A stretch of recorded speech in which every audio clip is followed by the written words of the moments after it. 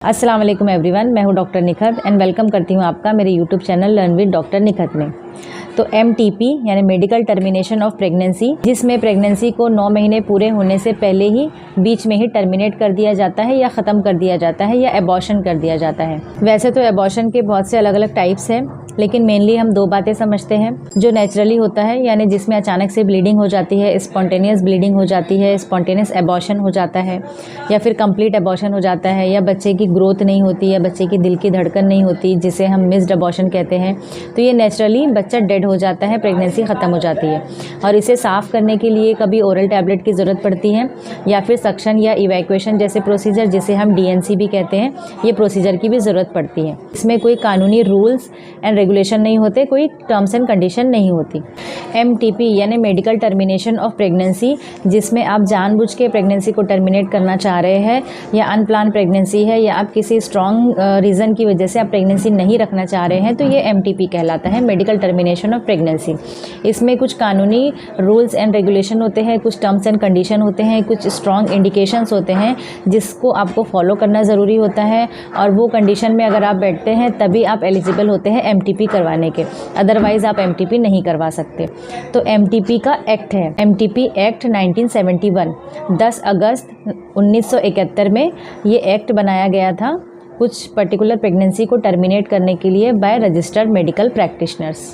तो MTP के लिए पहला इंडिकेशन है, the continuation of pregnancy would involve the risk of life of pregnant women और grave injury to her physical और मेंटल हेल्थ। इसका मतलब ये हुआ कि अगर प्रेगनेंसी को कंटिन्यू रखते हैं और उसकी वजह से पेशेंट की जान को अगर ख़तरा है, तो ऐसी कंडीशन में हम MTP करवा सकते हैं। फिज़िकल हेल्थ मतलब ये कि पेशेंट को अगर हार्ट डिसीज़ है, या अगर उसे झटके आ रहे हैं, या ब्रेन हेमरेज हो रहा है, इस तरीके की लाइफ थ्रेटनिंग अगर कंडीशन हो रही है प्रेगनेंसी की वजह से, तो एक वैलिड इंडिकेशन है, आप प्रेगनेंसी को टर्मिनेट कर सकते हैं। Grave injury to mental health, इसका ये मतलब हुआ कि अगर अनचाही प्रेगनेंसी है, यानी अगर महिला कॉन्ट्रासेप्शन यूज़ कर रही है, जैसे OC पिल्स ले रही है, या कॉपर्टी लगी हुई है, या इंजेक्शंस लगवाए हैं, उसके बावजूद भी कॉन्ट्रासेप्शन फेल हो गया हो और प्रेगनेंसी पॉजिटिव आ गई हो, तो ये ऐसी अनचाही प्रेगनेंसी को लेकर भी महिला के मेंटल हेल्थ पे इफ़ेक्ट पड़ सकता है। तो ये भी एक वैलिड इंडिकेशन होता है MTP के लिए। तीसरा होता है रेप केस। किसी महिला का या किसी लड़की का अगर रेप हुआ हो और रेप होने के बाद अगर प्रेगनेंसी पॉजिटिव आ जाए, तो ये भी एक वैलिड इंडिकेशन होता है MTP करवाने के लिए या एबॉर्शन करवाने के लिए। तो ये सारी कंडीशन MTP के पहले इंडिकेशन में लागू होती है। तो MTP के लिए दूसरा इंडिकेशन होता है, the substantial risk of child would suffer from serious congenital abnormalities, mental और फिजिकल एबनॉर्मलिटीज़। इसका मतलब ये हुआ कि जो बच्चा पेट में पल रहा है उसमें कुछ कंजेनाइटल एबनॉर्मलिटीज़ है, कुछ मेंटल और फिजिकल एबनॉर्मलिटीज़ है, जैसे एनेंसेफेली, डाउन सिंड्रोम, या बच्चा हैंडीकैप हो सकता है, या बच्चे में कुछ मेंटल एबनॉर्मलिटीज़ आ सकती है, या कंजेनाइटल हार्ट डिसीज़ हो सकती है, कंजेनाइटल एबनॉर्मलिटीज़ हो सकती है। तो ये भी एक वैलिड इंडिकेशन है MTP के लिए। MTP एक्ट 1971 के अंडर एबॉर्शन सिर्फ प्रेगनेंसी के 20 हफ्ते तक ही किया जा सकता है। प्रेगनेंसी के 20 हफ्ते क्रॉस होने के बाद हम एबॉर्शन नहीं कर सकते।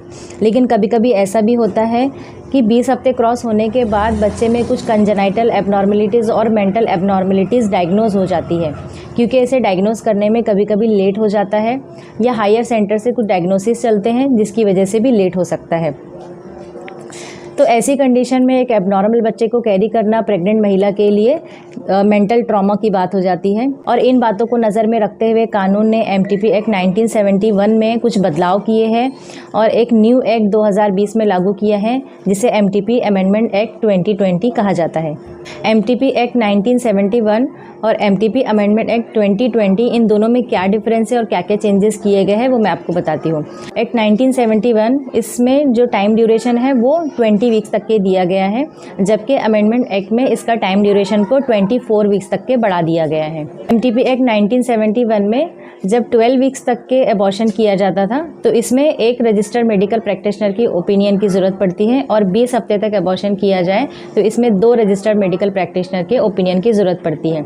लेकिन अमेंडमेंट एक्ट में 20 हफ्ते तक प्रेगनेंसी को टर्मिनेट करने के लिए सिर्फ एक रजिस्टर्ड मेडिकल प्रैक्टिशनर का ओपिनियन काफ़ी है और 20 से 24 हफ्ते के बीच एबॉर्शन के लिए 2 रजिस्टर्ड मेडिकल प्रैक्टिशनर की ज़रूरत पड़ती है। एमटीपी अमेंडमेंट एक्ट 2020 में जो टाइम ड्यूरेशन को बढ़ा के 24 वीक्स तक के कर दिया गया है, उसमें भी कुछ लिमिटेशंस हैं। 24 वीक्स तक के रेप केस या अगर मदर के मेंटल या फिजिकल हेल्थ पे असर पड़ रहा है या बच्चे के मेंटल या फिजिकल हेल्थ पे असर पड़ रहा है तो ही आप एमटीपी 24 वीक्स तक के करवा सकते हैं। और फेलियर ऑफ कॉन्ट्रासेप्शन के केसेस, यानी जो कॉन्ट्रासेप्शन फेल होने की वजह से प्रेगनेंसी हुई है, जैसे कॉपर टी, इंजेक्शन या ओसी पिल्स या कॉन्डोम, इन सब के फेल होने की वजह से अगर प्रेगनेंसी रुकी है और आप अनचाही प्रेगनेंसी नहीं चाहते हैं तो इसके लिए आपको 24 वीक्स तक के आप वेट नहीं कर सकते, आपको 20 वीक्स के पहले ही एबॉर्शन या एमटीपी करवाना पड़ेगा। एमटीपी अमेंडमेंट एक्ट 2020 का लास्ट और बड़ा चेंज इसके क्लॉज में किया गया है, यानी फेलियर ऑफ कॉन्ट्रासेप्शन चाहे वाइफ की वजह से हो या हस्बैंड की वजह से, तो जो वर्ड हस्बैंड है उसको चेंज करके पार्टनर कर दिया गया है। जो अनमैरिड लड़कियां हैं वो भी सोसाइटी के इंटरफेयर के बिना एमटीपी या एबॉर्शन करा सकती हैं। तो उम्मीद करती हूँ आज के एमटीपी या एबॉर्शन के इस टॉपिक के बारे में आपको डिटेल सारी बातें अच्छी तरह समझ आई होगी और अगर ये आपके लिए फ़ायदेमंद हो तो प्लीज़ इसे लाइक कीजिए, शेयर कीजिए और चैनल को सब्सक्राइब ज़रूर कीजिए। Thank you.